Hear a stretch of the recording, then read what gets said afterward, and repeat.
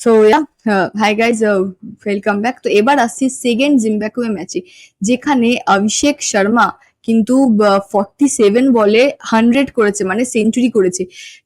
Abhishek Sharma first international ম্যাচে তার century করেছে জিম্বাবুয়ের এগেনস্টে। ঠিক সেম ভাবেই রোহিত শর্মাও তার ফার্স্ট ইন্টারন্যাশনাল ম্যাচে সেঞ্চুরি করেছিল জিম্বাবুয়ের এগেনস্টে। সো যার জন্যই বলা হচ্ছে যে রোহিত শর্মার লেগেসি বহন করবে হচ্ছে অভিষেক শর্মা। তো এবার দেখা যাক সেটা কতটা সত্যি হয়, সেটা সময় বলবে। কিন্তু তার ফর্মটা নিয়ে মানে সত্যি বলার মতো, যে একটা ইয়াং প্লেয়ার তার ফার্স্ট ইন্টারন্যাশনাল ম্যাচে সে সেঞ্চুরি করলো 47 বলে 100, 47, নট ইভেন 50 বলে 100, 47 বলে 100, মানে কতগুলো 4-6 মারলে 47 বলে 100 হয়, মানে জাস্ট ভাবা যায় না। দারুণ খেলেছে অভিষেক শর্মা। অ্যান্ড যেহেতু অভিষেক শর্মার টাইটেলও শর্মা অ্যান্ড রোহিত শর্মার টাইটেলও শর্মা, সেই জন্য বলা হচ্ছে যে ফিউচার ওপেনার হিসেবে অভিষেক শর্মাকে দেখা যেতে পারে। আর বিশেষ করে অভিষেক শর্মার পোটেনশিয়াল আরো বেশি বেড়ে যায় এই কারণে, কেননা তার কোচ হচ্ছে যুবরাজ সিং। সে যুবরাজ সিং তার পুরো ক্রিকেট লাইফের এক্সপিরিয়েন্স অ্যান্ড নলেজ অভিষেক শর্মাকে দেবে।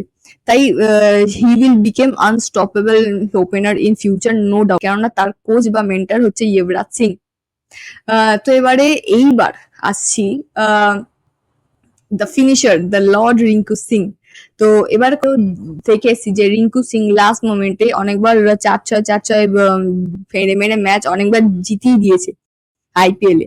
সো সেটাই একটা ইন্টারন্যাশনাল ম্যাচেও কিন্তু দেখা গেছে। রিঙ্কু সিং জিম্বাবুয়ের সেকেন্ড ম্যাচে ফিনিশার হিসেবে, অ্যাজ আ গ্রেট ফিনিশার হিসেবে তাকে দেখা গেছে।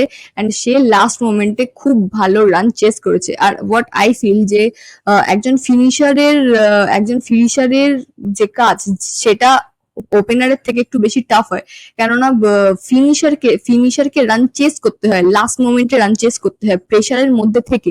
আর ওপেনারকে রান চেস দিতে হয়। তো ফার্স্টে খেলতে গিয়ে ওপেনারের ওপর হ্যাঁ চাপ থাকে, একটু চাপ থাকে, বাট ফিনিশারের তুলনায় কম থাকে চাপ, রাইট?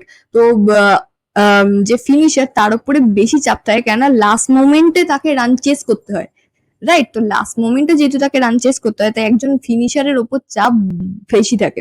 তো যার জন্য সেই ওয়াইজ আমি বলবো যে রিঙ্কু সিং খুব ভালো প্রেসার হ্যান্ডেল করতে পারে, যেটা তাকে ওয়ার্ল্ড কাপের মতো ম্যাচগুলোতে হেল্প করবে। রিঙ্কু সিং সত্যি খুব ভালো প্রেসার হ্যান্ডেল করতে পারে, যার জন্যই তার নাম the finisher, the Lord Rinku Singh.